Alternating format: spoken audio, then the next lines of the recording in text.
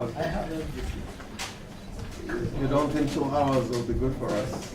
2 hours, no, I'm not giving I'm not giving them 30 minutes. You're sure? There's so much. What, 1 hour? There's so much. Yeah. 1 hour? Anything of submission? The other,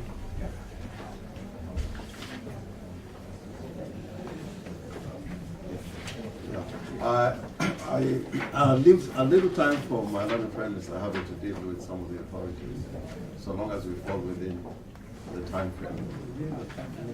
Yes, and then we'll have a reply for 10 minutes. Reply, you will not take 30 minutes or so. I mean, 10 minutes or so. Yeah, 15 to 20 should suffice. 15 minutes. You know, first of all, to tell the court what we have filed, we've got a notice of motion together with affidavits, with the annexures. We have a list of authorities and submissions.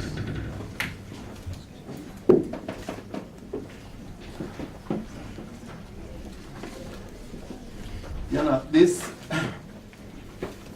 submissions, if I may talk about the big picture first, is grounded on Article 50 of the Constitution, Article 50 sub-Article 2 of the Constitution, as read with sections 135 to 137 of the Criminal Procedure Code.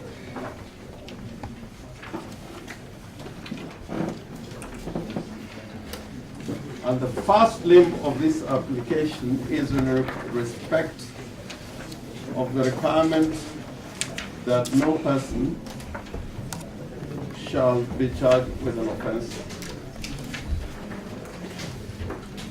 that is not known to the law.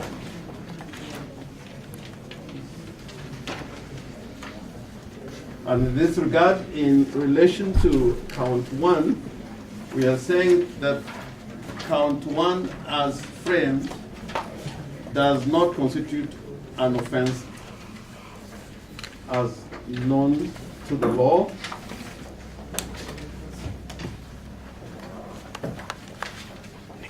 And more particularly, when you read the statement of the offense and the particulars, it becomes clear. Offense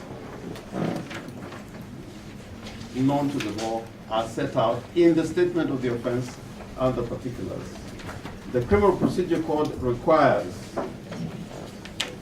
in the framing of charges that there should be a statement of offense that is found in section 137 of the Criminal Procedure Code, and more concerned about subsection Roman 2 and Roman 3 of A.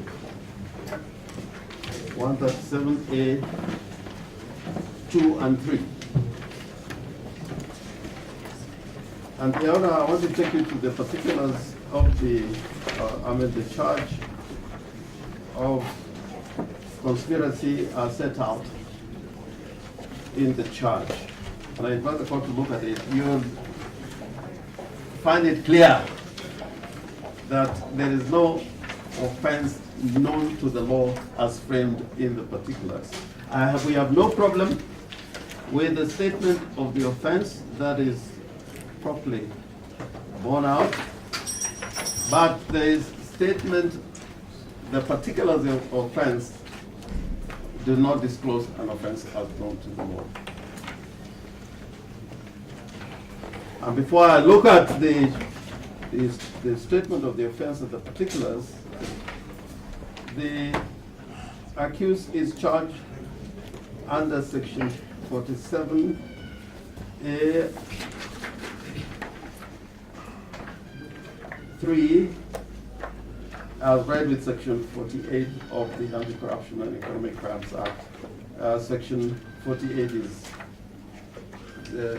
punitive, or rather the section providing the punishment for the offense.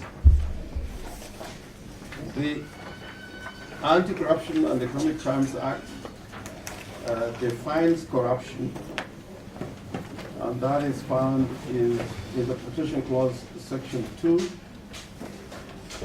subsection 1. And it describes corruption as as offenses under any of the provisions of sections 39 to 44, 46, and 47. Your Honor, you'd realize that the section 47A is not included in A. It also includes the offense of bribery and fraud.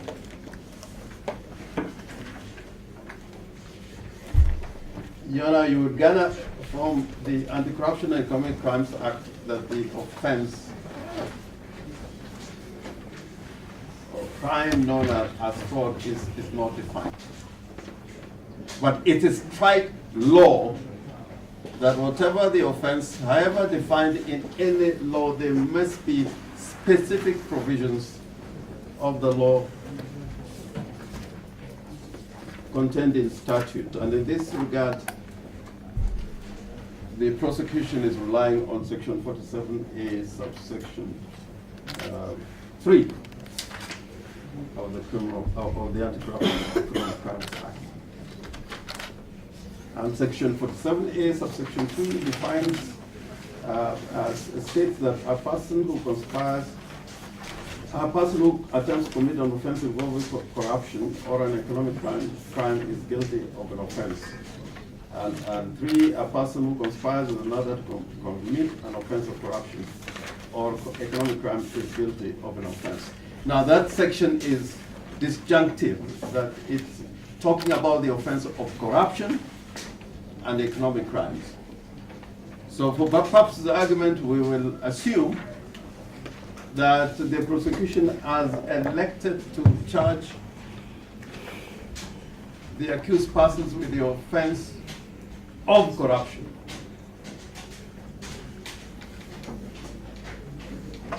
Which has been defined in the interpretative provisions of this act that I've referred to.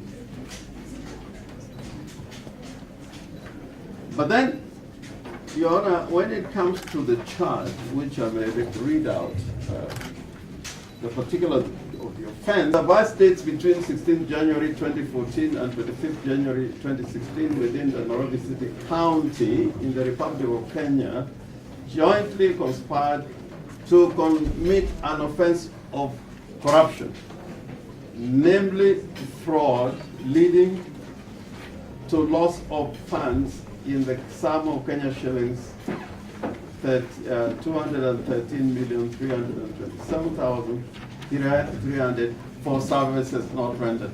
If you dissect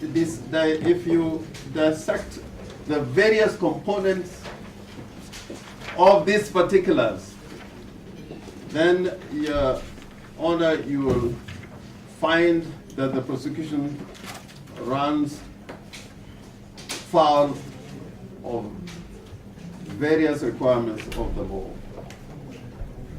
with an ordinary principle which may not sound very ordinary, but is important for purposes of framing out a charge. If you read these particulars, the act or omission constituting corruption, what one may call, as every lawyer knows, actus reus, is not stated in the particulars of the charge.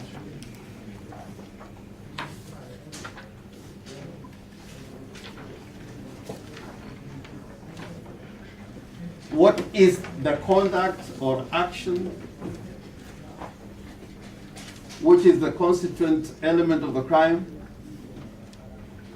that the accused persons are being confronted with?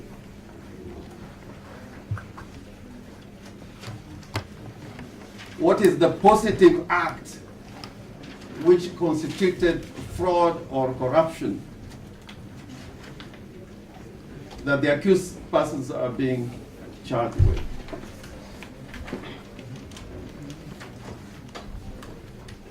Now, the way it is set out, and if I may just refer to three words: corruption, namely fraud.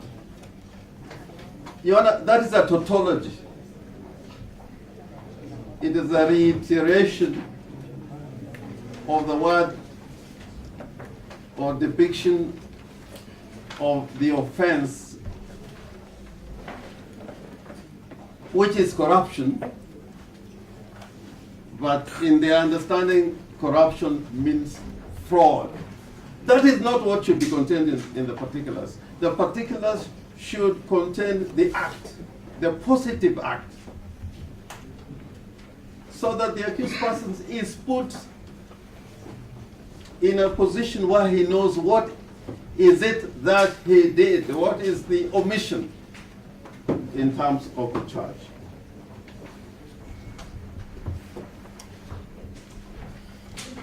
That in the criminal procedure code, I just wanted to show, to refer to this, because this schedule has been there in the criminal procedure code ever since this act was, or code was enacted. That is the second schedule. And if you look at the second schedule, which is found on page 147 of the revised edition of the Criminal Procedure Code, revised 2009, and it says second schedule, and it's a reference to section 137. And it sets out how charges should be framed.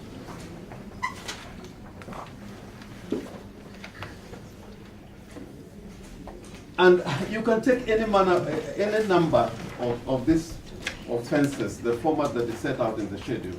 And I just want to run 2 or 3 to depict my point. For example, the offense of theft. And this is specimen number 6. And it refers to stealing contrary to section 275 of the Penal Code. And the offense as set out in the Penal Code is the offense of theft. Now, in the particulars, it says the way the offense should be set out in the particulars. AB on the day of 19 in district within the province stole a bag.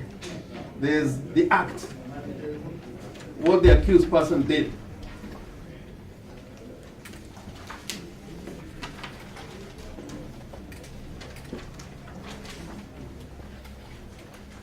What about another one, false pretenses, which has ingredients similar to the offense of fraud?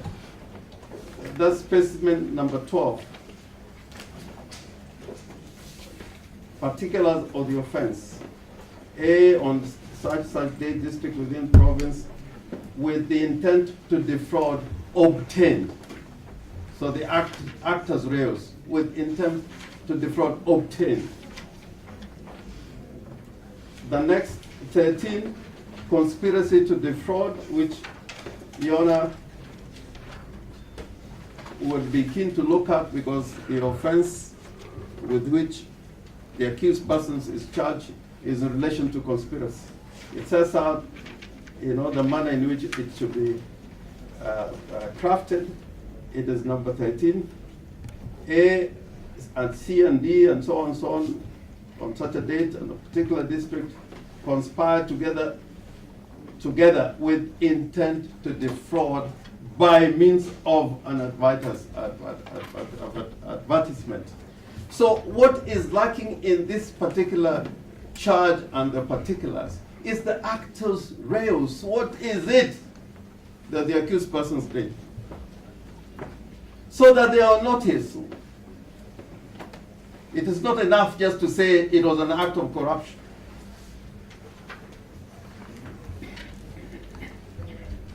Now, in our submission, the rest of the particulars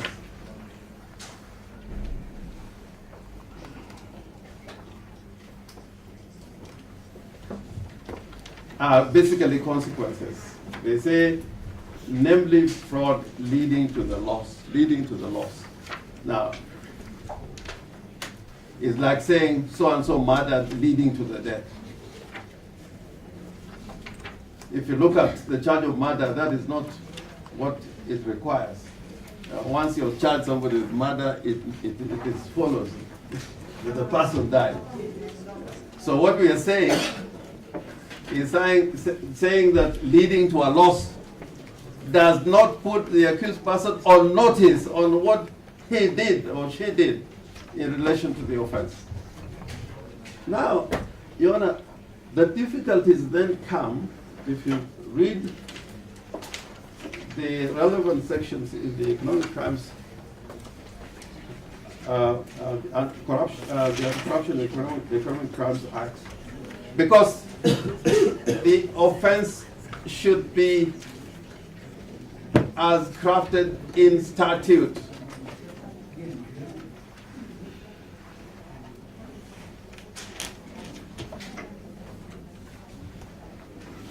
So if one had to charge somebody in an attempt or conspiracy under Section 47A, it is enough to say that the person or the persons conspired to commit an offense of corruption, and then you will set out the actors reus. There you will be falling under Section 47A, subsection 3. The components in the particulars which I was saying the three components, namely fraud leading to loss of public funds. Why is that? If you look at this statute, like for example, Section 45 of the Anti-Corruption and Economic Crimes Act, why it is envisaged to charge somebody with an offense that leads to consequences, and therefore it is an ingredient of the offense, you'll find that in Section 45, you will find that the offenses are set out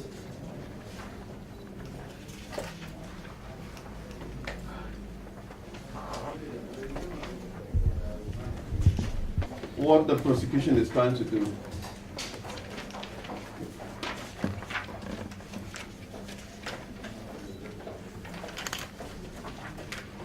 For example, Section 45, 1B, a person is guilty of an offense if the person fraudulently or otherwise unlawfully damages public property, including causing a computer or another electronic machinery to perform any function that directly or indirectly results in a loss. So, the entire ingredients of the offense is stated if indeed one had to be charged with that kind of offense. Your Honor, you'll find that under Section 47, which deals more directly with corruption as a substantive offense,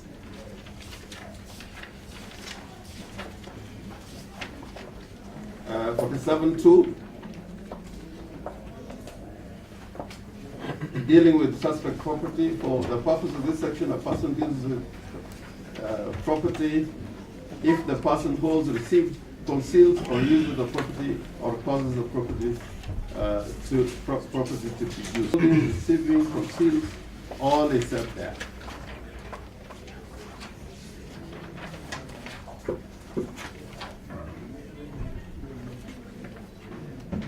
So in a nutshell, we can now discern from the statement of particulars, I don't know how many minutes I have left, I'm looking at the clock, is that what the prosecution has done is rolled together, combined The offense of conspiracy are set out in 47, and taking elements of other offenses as contained in section 45 and 47. So when the accused persons or the counsel is now determining the case to meet, and particularly because 47A is not a substantive section in terms of the fact that it talks about corruption, which is defined elsewhere, or any other offense known to the law is not defined.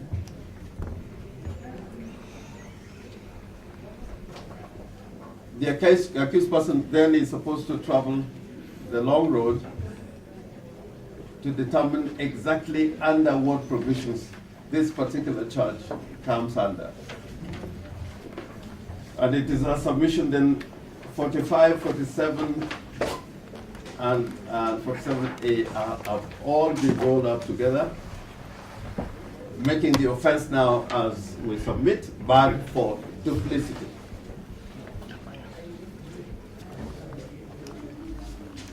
And we're saying duplicity because corruption, as it is an element in 47A.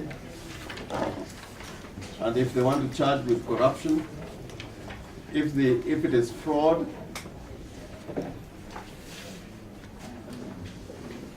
then the elements of fraud must be set out, and I'll invite your honor to look at the criminal procedure, the penal code, to look at the like offenses of conspiracy that are found under the penal code. You would find that the prosecution should do more than they have done in this particular regard. For example, it is an offense to conspire to commit a felony. That is a statement, but what is a felony? It may be a felony of murder, robbery, violence. So those particulars, especially insofar as the actus reus is concerned, must be set out. It's not enough just to say he conspired to commit a felony. That's not good enough. It may be good enough for the statement of the offense, but is not good enough in the particulars, which the law requires must give information so that the accused person has notice of the case that he has to meet. And that is not just a requirement of the Criminal Procedure Code, it is a requirement of the Constitution. Cannot be wished away. Recharacterization or depiction of corruption as fraud does not help the accused person know what the case he has to meet. If for them corruption means fraud, then that is a tautology. If corruption does not mean fraud, then it means that there's a lack of particulars. You know, in our written submissions, we have set out clearly why the count number 1 is bad for duplicity. We have given various authorities, which I think Mr. Harvey will have a little time to refer to.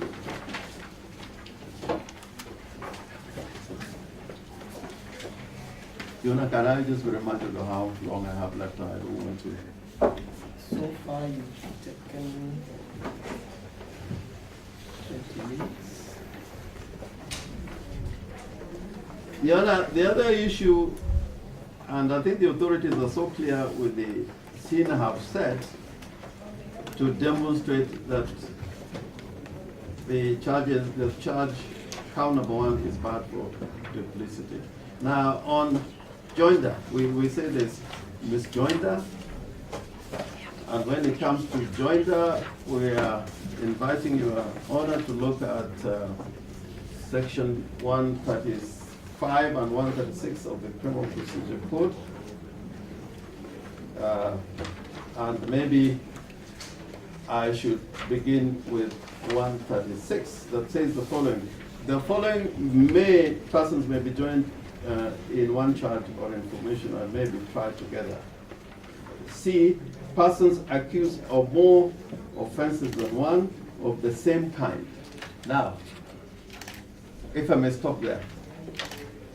Persons accused of more offenses of the same kind. Now we go tax, offenses relating to the tax law that it is the same kind. And it goes further, that is say offenses punishable with the same amount of punishment. That is another consideration. We've got to look at those offenses and establish whether they attract the same punishment under the same section of the penal code, probably in relation to, and looking at all the charges, they are not punishment, there's no punishment under the same section of the penal code or of any other act of law. All those various offenses, 35 of them, it is clear, are not punishable under the same section. Committed by them jointly within a period of 12 months. Now, this is the more important one. These offenses run over a period of 2 years. It's bad enough. The maximum is 12 months. This run over 24 months. 2014, 2015, 2016. Reading of the law itself. This charge rounds foul of specific provisions of the law.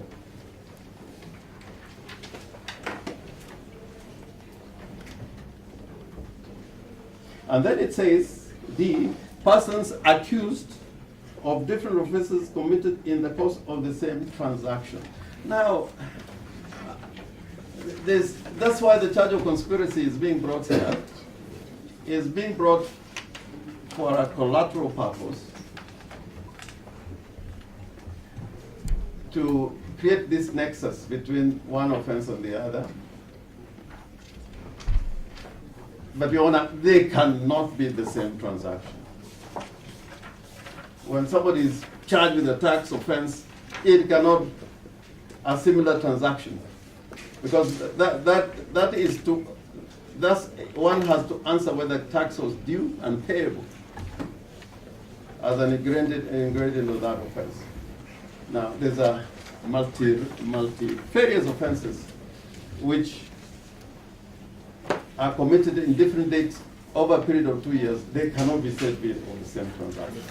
And Your Honor, we invite you to so find.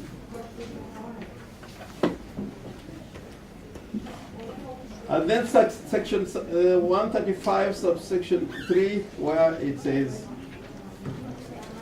that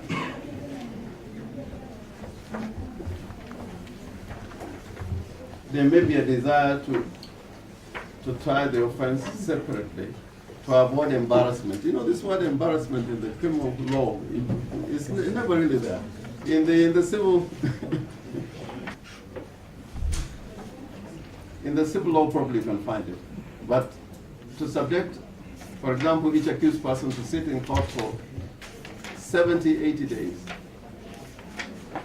when his or her matter can take 2 days, I think falls squarely within subsection 3. The authorities we have placed before you also on the question of the law frowning on a charge of conspiracy where there is a substantive charge. I want to stop there so that my friend can talk now.